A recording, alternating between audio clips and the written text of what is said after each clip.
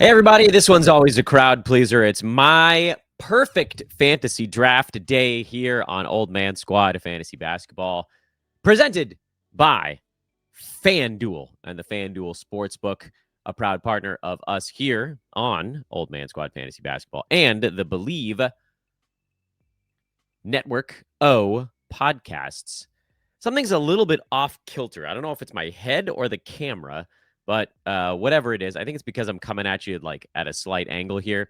Doesn't matter. I got to stop looking at myself. That's the real problem. What does this mean? I got to explain what the hell the My Perfect Draft show actually is. Please hit that like and subscribe button. There is a big push right now to fight back against the changing tides of the universe. I believe that we can do all the things at the same time. So please like and subscribe. I'm going to keep putting in as much effort and work in this as humanly possible. But the only way that we as creators can grow in this marketplace is with your help. So hit those buttons. That helps drop it into the YouTube algorithm. Otherwise, nobody gets to see it. Womp womp. Oh, well, I know. It's world's tiniest violin. My Perfect Draft. What the hell is it? Well, the next slide will detail a little bit more of that. This is my favorite value play. With a typo. Well, just deal with it. From each round, excluding the very front end of the round. So, like, in the first round, I'm not going to tell you to take Nikola Jokic. That's cheating. Obviously, we all want Nikola Jokic to start our teams. We can't all have him. So I'm not going to make him as my choice here. Same thing with the second round. I'm not going to put like Devin Booker there because he's going to be gone for the vast majority of you guys by the time your pick comes up in the second round. So we're basically looking at like everybody based on the Yahoo rank board, which is what the next slide talks about. Why didn't it switch? There we go. So other than the first couple of picks in each round. So basically like pick 1 and 2 and 3 off the board. Picks 13, 14, 15, that kind of thing off the board for the most part. As you get later in the drafts and things get a little more mishmashed, I might fudge the numbers a tiny bit because, you know, what's the difference between pick 76 and 77? There really isn't one. But that's what we're trying to do. We're trying to give you a list of players you can target that may or may not all fit together. This isn't about building the world's greatest specific category team. This is about taking guys that I think are values in each round that should be attainable for most of you in each round. This is Yahoo's version 2 board. That's from September 9th. Let's begin. First pick, and this was a nice little turn of events, is that thanks to the last rearranging, Shai Gilgeous-Alexander is now number 5 on Yahoo boards. I cannot believe that, but it's true. This was the guy who was the number 1 player in fantasy basketball by totals last year. He was number 2 by averages. And somehow we've been gifted Shai in the middle of the first round now. Say what you want about him still being a front end of the first round pick. And a lot of drafts, he probably will go second, third, or fourth. But on Yahoo boards right now, Luka's ahead of him. Wemby's ahead of him. And he beat those guys pretty roundly last year by totals for Wemby and both by Luka. Against Luka, whatever. Grammar be damned. So Shai is your value play in the first round. It was very hard to find a value play. I think if we hadn't gone Shai, I don't know what the hell I would have told you guys to do with the first round value pick because I don't know that there is one after him. Anthony Edwards is probably your safe pick after Shai is off the board. But as value guys go, I mean, you want to go all the way down to like James Harden at 14? He's not even a first rounder anymore. Anthony Davis, if you think he stays healthy, the choice is not terrific after Shai. But let's keep moving because that's probably the least interesting of the things we're going to talk about today. Second round, my value play is Tyrese Maxey. He fell down from 14 to 17, which allows me to put him on this particular show now. So that's fun. Maxey is staring down the barrel of at least the start of another season without Joel Embiid and without Paul George. It doesn't look like either of those guys is going to be ready to go to start the season. I think we know Paul George for a fact is definitely not ready to start the season. I don't think we've been given full confirmation on Embiid, but I'd be very surprised if he was, just based on timelines for various things that he's had done. So Maxey comes into this year getting ready to take 21, 22 shots a night again, which made him last year the number 10 player in all of fantasy basketball. That, friends and confidants, is quite good. And if you can get him at 17, that's even better. And you're like, all right, Dan, well, what if those other guys come back? What if? What if they don't? Embiid is a wreck. Paul George is a wreck. These guys can barely stay upright anymore. PG's just old. Embiid has been broken down since the moment he walked into the NBA. Paul had some lively seasons in there, but there's just not, his body's not going to handle it anymore. He's an old dude now. By the way, we'll get to honorable mentions at the end of the show because there are other names in these drafts that I liked or in each of these rounds, and I don't want to sidetrack ourselves on the way through it. We're going to do this exercise the right way. The nice thing, too, about Maxey is that he gives you a really nice collection of guard stats in the second round if you missed out on those in the first round. No, his assists are not extraordinarily high at only 6.1 last year, but big-time scoring, arguably the best scoring you're going to get out of anybody after the first 1 or 2 picks in the second round. And Maxey getting 26 plus a game last year. Really good threes, excellent free throw shooting. He also, by the way, he did it on not awful turnovers at just 2.4 last season. So a lot to like about Tyrese Maxey at 17. That's why he is my second round value play. Third round value play is Kevin Durant. I'll be honest with you guys. I wanted to put Steph Curry as my choice here, but he's currently number 27, which technically falls into that, like, you might not be able to get him in the middle of the third round kind of guys, because 27th is the first 3 picks of the third round. If Steph is there in the middle of the third round, he would be my choice over KD. Just basically wear and tear stuff. Kevin Durant is built like a stretched rubber band, and you're finally seeing that catching up to him a little bit. Steph has all the ankle stuff, and he's a little dude, so he gets knocked around a bit, but his body is not a stretched rubber band. He's a normal-sized build guard, and he played 70 games last year, which isn't bad. It's not horrible, but I think both of those guys, both those old dudes, are going to be first-rounders per game this coming year. I am very happy either way. I think Kevin Durant takes more than the 18 shots a game he got last year in Phoenix, where, well, however you want to classify Kevin Durant and Devin Booker, whoever was the alpha on that team, they both did about the same amount of stuff on a basketball court. I think technically Booker had the little tiny slide of paper in between the amount of usage each of those guys got. KD now goes to Houston, where he is the unfettered number 1. Jalen Green was the number 1 in Houston, which tells you the problems that they were dealing with. And yes, his usage in Houston last year was lower than what KD had in Phoenix, but I don't care, because the reason that was the case is because Jalen Green is not that great. He's not a transcendent scorer like KD. You put Kevin Durant in Houston, he immediately becomes the lead dog. Alperen Sengun is number 2.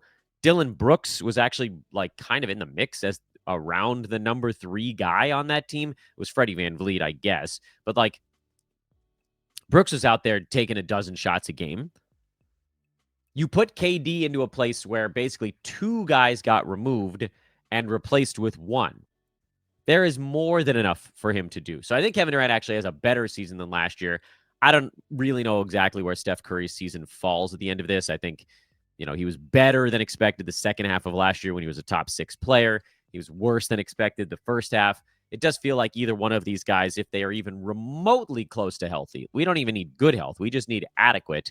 Kevin Durant or Steph Curry, both very, very good picks in the third round, regardless of age issues. So this is one where I went a direction based on what I think is going to be statistical scarcity more than the player I actually think is my favorite value in the 4th round. My favorite 4th round value is Derek White.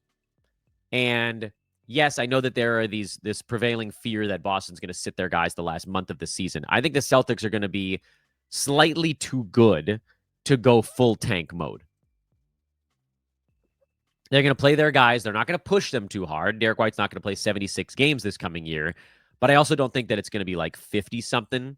We're probably looking at like high 60s for White, and I think he's a second rounder per game this year with the bonus usage. So White is my favorite, but Derek White is your across the board producer, and I've kind of drafted two of those guys already on this team in Shea and KD. Both of those guys are across the board fantasy producers. Shea Gilgeous-Alexander was number 2 in all of fantasy last year with basically no real weaknesses to his game. 5 rebounds, I guess, 2 threes. Kevin Durant also not the world's greatest three-point shooter. So I don't have this beast of a rebounding or assisting team. And I'm a little worried that if I don't handle some of that soon, it's going to dry up. Whereas if I go Derek White, I'm adding another shot blocking guard who can do a bunch of stuff across the board, but I already have that.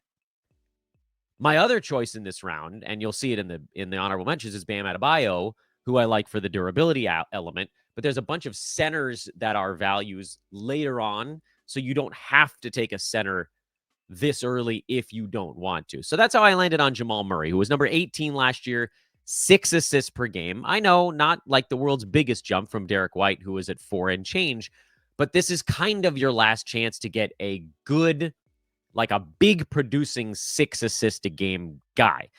And Jamal Murray is a better than average field goal percent guard. I'd like maybe a few more 3-pointers. That may be where things are not great for my team build right now. But I've now added another 6 assist guy to the ledger. So Maxey is 6, and Shea is 5, and KD's probably going to be close to 5, and Jamal Murray's going to be 6. And even though I don't have a Trae Young or, an 8-9 assist guy on the team, if I get 5 or 6 out of everybody, then I'm still in pretty good shape after 4 rounds. My team is now averaging around 5.5 to 6 assists a game through 4 rounds. And that's why you should be thinking about it, because, okay, what if one of my opponents took Trae Young, who's getting you 11 and some odd, but also took a big man to cover their butts? That is going to average out to 6 and some odd also. So I'm still in okay shape here. That's why I leaned small over big. But I'm not married to this one. And I think Jamal Murray, one of the fears here of going Kevin Durant and Jamal Murray back-to-back is what if you start to have some games missed stuff? And that's, again, another reason why you might look at someone like Bam Adebayo. But it's also a reason why we should probably look at durable soon. And that's what I did in round 5, which I'll admit, not my favorite round. My favorite player in round 5 is Jimmy Butler at 51. But if I've already taken a couple of risk guys, you probably can't go down that path afterwards. Then you've got sort of your shoot the moon guy in Denny Avdia in the middle of the round. But for this particular show, there's probably a little bit too much floor versus ceiling risk going on there. And then, in my opinion, the best picks in the 5th round are all clustered right at the end of it.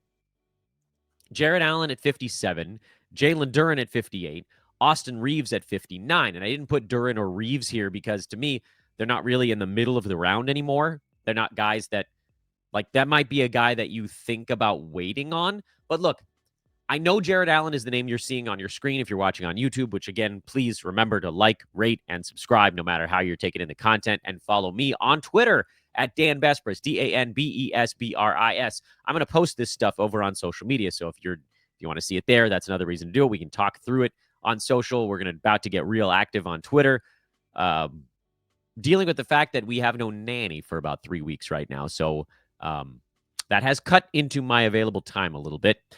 So I know that Jarrett Allen is the name on the board. The reason he's the name on the board is because he's the closest to the middle of this 5th round. My favorite player in the 5th round, and frankly, maybe I should have gone back and fixed this, is Austin Reeves at 59. He's the very, very end of it, but he's also the guy who I think has the highest potential to blast through their numbers. So if we're not doing this as like a you got to find somebody towards the middle of the round kind of exercise, Austin Reeves is the guy there. If you got a 5th round pick and you got picked, I don't know, what's the middle of the round? 54? I'm taking Reeves. I'm taking him 10 times out of 10. I don't care what my team build was at this point. Yes, obviously, if I put him on this particular team that we're building on today's show, you become now kind of weak in big man stats. We haven't taken one yet, and you forced yourself to take big men the next probably 2 to 3 rounds in a row. But Reaves is a guy you've got to get in the 5th round if he's still out there. And when we do a Dan's Perfect Draft show where I'm targeting late picks, like if you have pick 10 in a draft, so you'd have pick 10, and then you'd have pick 11, 12, 13, 14, 15, and then you'd have pick 34, and then you'd have pick 39, and so on and so forth. That's when I would most definitely type his name on the board here. So hear me when I'm telling you, Austin Reaves is my favorite player in the 5th round, and I should probably do a different show that's just who's my favorite player in each round, and then it doesn't matter what end of the round I'm picking from, and you'll be surprised. It's not always the front end. Yes, at the beginning of it's going to be Jokic, but it's not always the first name on the board. It's Jokic in 1. Round 2, it's probably Harden at 14. Round 3, it's probably Steph at 27. Round 4, oh man, I don't know. Anyway, we'll take some time. We'll come up with that one. That would be a fun show also. But let's keep going on this one. Jarrett Allen is a safe play in the 5th round. I don't know why I put him there. I should have put Reaves because he's more fun to talk about, but whatever. 6th round is probably my least favorite round of 12-player clusters right now. This, of course, is 61 through 72. I really, really don't like a lot of the names in that grouping. And we're going to do a show where we talk about steals and busts in basically picks 50 through 100. That's probably too far to go down the board. And you're going to hear a lot of guys in this round that I don't like. So I don't like Darius Garland at the I guess he's the end of the 5th round. I don't like Paul George. I don't like Cam Thomas or Jalen Green or Julius Randle or Jordan Poole or RJ Barrett or, frankly, even Andrew Nembhard this early. DeAndre Ayton is a super risky one, but I kind of like him at 72.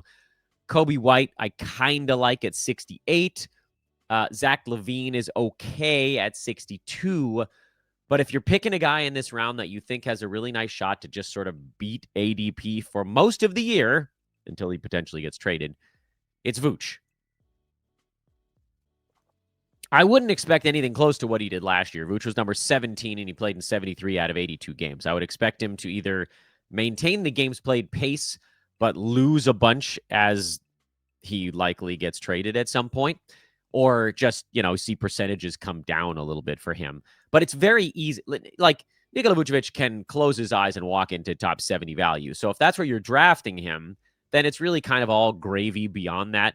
This is a super boring pick. I know that. I'm very aware of it. But he's a high percentages big man who gets you rebounds, which his team is sorely lacking at this point. He still continues to help threes. He's a good assisting big man. And at this point, the weaknesses on my team are big man related. I have good shot blocking out of Shea and KD. And actually, Jamal Murray is a better shot blocking guard at about half a block a game. Jarrett Allen and Nikola Vucevic, not great shot blocking big. So that's where this team is now pretty obviously lacking. Not the world's greatest three-point shooting team either. But overall, a pretty good build and a spot where I needed a big man and in a round where I don't really like the players. This is where it's getting harder to really localize a guy in the middle of the round. And frankly, I don't know that it's as important once you get into the 70s or so because anybody can go.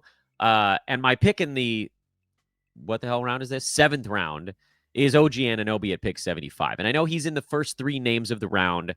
I avoided Miles Turner, who was the very first name of the round, even though he's probably my favorite player in this group of 12. I think Miles Turner is going to, again, much like Vooch, he's just going to walk past this ADP.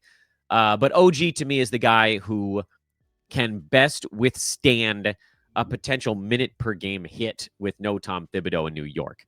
He was a top 40 guy all of last year. And again, even if there's some small drop off, I still think he's probably going to be a top 60 player.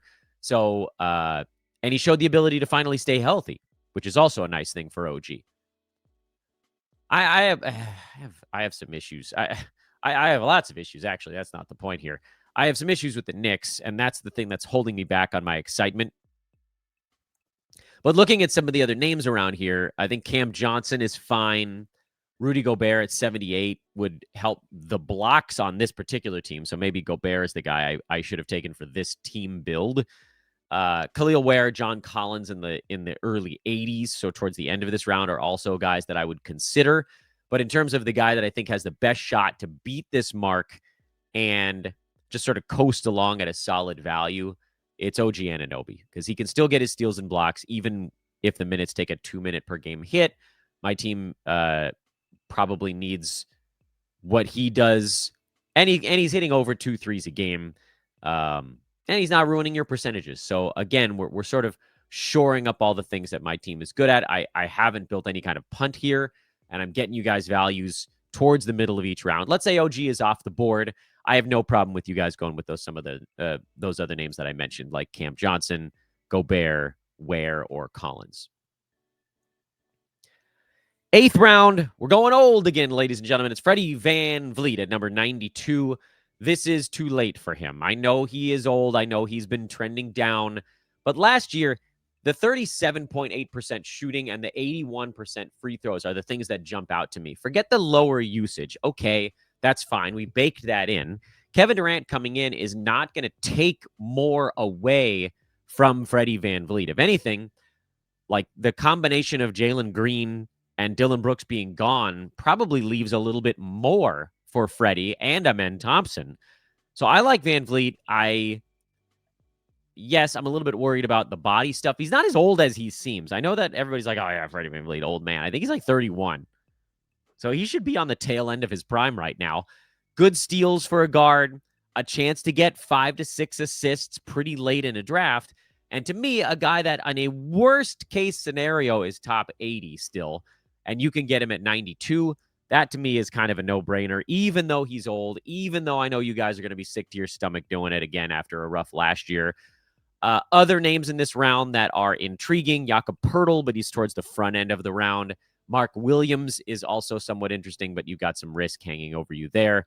Freddie VanVleet is my pick in round number 8.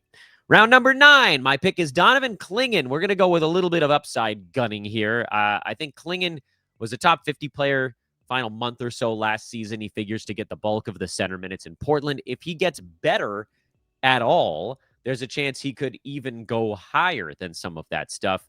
There are a lot of players in this range that I found fairly interesting. So you don't have to go Donovan Clingan. If you're, I don't know, say afraid of the poor free throw shooting or something like that, because it's going to be bad. But he's going to get you over 10 rebounds a game. He's probably going to get you 1.5 or more blocks per game.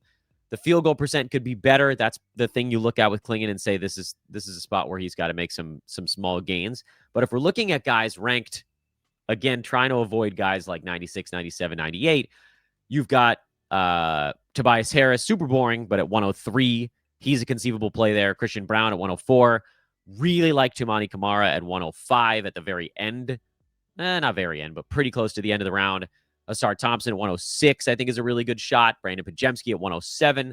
A lot of guys between 101 and 108, the sort of end of the 9th round, that I think have really interesting potential. And frankly, if you don't get Freddie VanVleet or, say, Mark Williams in the round before, I don't really have a problem with you guys dropping down. Okongwu and Mikal Bridges are also kind of fine names in that range, but I almost like everybody between 100 and 107. I think Jaden McDaniels is the only one in there that I'm not super high on this year. And finally, the 10th round. And again, we're in this, like, I'm doing 10 rounds because it's a nice round number. But these guys go all over the map. You might see, especially once you get to about pick 75 or 80, any one of these guys could go anytime. Don't expect to get these dudes in the round that I have listed on today's show. And don't worry, we will do shows where I talk about the guys that I would target in each range. This just happens to be, I think, kind of a fun exercise in, hey, what if you could just chunk one out in the middle of each round? So this is between picks 109 and 120. A few names that are interesting in there. Draymond Green at 110. Zach Edey at 111. I had too many centers on this team, so I skipped over him. And then Keegan Murray is the name that I ended up going with. I just think that he's underrated at this point. You probably don't need him if you already got Toumani Camara because he's like Keegan Murray juiced up a little bit. But once Keegan started actually hitting some three-pointers last year, he was top 60. On the shoulders, mind you, of extraordinarily low turnovers, so he might not fit your head-to-head build quite as well as, say, a 9-cat roto team. But if you can get a guy giving you 13, 14 points, 6 boards, 2 to 3 threes, almost a steal, almost a block, maybe more, 46, 80-something splits, super late in a draft, there is a value in that. Is he the most exciting player in this range? No, that's probably Zach Edey, interestingly enough. But if we're going to stick to that 109 to 120 for today's exercise, I think Keegan Murray in the middle of that group makes a lot of sense as a guy with 3 to 4 round of gain appeal on 3-and-D efficiency. Again, don't double up on a particular type of player. If you just took Toumani Camara, you don't need to take Keegan Murray on top of him. You know your team build better than I do, and this exercise today is not necessarily about building the perfect team as it is the perfect, mid-round value. Calling it perfect is stupid. I got to pick my words better. This is really not my perfect draft. This is Dan's perfect mid-round selections. But that doesn't roll off the tongue. I need something that's just going to roll right off. So don't worry. We'll do more shows where we pick from the front end, the back end of the rounds. We'll do a show where I literally pick my favorite player in each group of 12. We're going to do shows where I tell you who to target in each range and how far you should be willing to reach on those guys. We've got sleeper shows to do. We've got breakout shows to do. We've got flyers shows to do. There is a lot left on the docket. But before that, if we've been talking about Keegan Murray, it reminds me to check FanDuel's Sacramento Kings season win total mark, and it's 34.5. And people are putting money in on the over, but I go the other way. I think the Kings are going to have a clunker of a year. I don't think the pieces fit. They brought in kind of weird. The Dennis Schroeder thing is strange. It sounds like they want to get off of Malik Monk. They lost their guy in that De'Aaron Fox trade that won them close ball games late. You're just going to see a lot of close games go the wrong way for the Kings this year. Don't be surprised if they lose fourth quarters after winning them mostly for like 2 of the last 3 years. So over at FanDuel, 34.5. Dan leans to the under. We'll see how that goes. Here are my honorable mentions, and I talked about some of these guys throughout the show. So again, please do like, rate, and subscribe. Jalen Johnson in the second round. The health stuff is the thing I'm afraid of on Jalen Johnson, but I do think he has first round appeal. Steph Curry, we talked about in the third round. Obviously first round appeal because he was a first rounder. Chet Holmgren, also interesting in the third round. I didn't talk about him much on the show, but I think he's due for a bounce back here. I mentioned Bam Adebayo and Derek White as fourth round alternate options. Bam for the durability if you want to go kind of the safe route. Derek White if you need the across-the-board guy, which we didn't after the way this particular team started. Jimmy Butler, Denny Avdia were the other choices in the earlier parts of the fifth round. I forgot to write Austin Reeves' name down in there, but Jalen Duren would also be an intriguing name. I like a lot of guys in the fifth round. That's I love the third round and I love the fifth round for whatever reason. That's the way that it's all clustering for me this year. Jimmy Butler, Avdia, Jared Allen, Jalen Duren, Austin Reeves. I think you got a lot of guys that could beat their mark in round number 5. Not big fans of round 6 and 7, but Mark Williams in round 8, Toumani Camara, Asar Thompson. I mentioned those 2 names in round 9 as other options, and Zach Edey as another choice potentially in round 10. But it goes beyond that. And so don't worry. We're going to have some shows where we really focus on different areas of the draft. No man's land is something I've referred to. It's an area that tends to start after about pick 75. When guys get drafted out of order, whatever that means, out of, Yahoo's rank order. And that's where you got to start going to snatch your guys. So that's where we'll probably look at a breakout show. Which of those guys in the later parts would you target first? Would it be Camara? Would it be Thompson? Would it be Klingon? These are the things I know you guys want to know. And those are things that we will attack in a different show. Thanks so much for watching. I'm going to leave this up on the screen here as we fade out on today's program. I am Dan Besbris, DanBesbris over on the socials. Old Man Squad, also drop that a follow on the socials. Subscribe, please. That is the biggest thing you can do for all of us here. I know that it's annoying that I have to yell that at you 3 times per show. That's just the way the world works right now. And for me, on my end, if I'm not willing to ask, then I'm doing myself a disservice for all the other work that I'm trying to do to get you guys all this information. So I'm going to keep putting this stuff out there. I'm going to keep pumping it out. We're going to keep growing Old Man Squad with more of our amazing fantasy analysts and podcasters and videocasters. And all I ask from you guys is a click of the button, not a penny out of your wallet. I'm Dan Besbris. I'll see you guys hopefully later today. I think we'll get a mock draft going. Stay tuned. By the way, I put those out on Twitter. So if you want to know how to get into a mock draft with me, follow at Dan Besbris. I'll see you guys then. So long, everyone.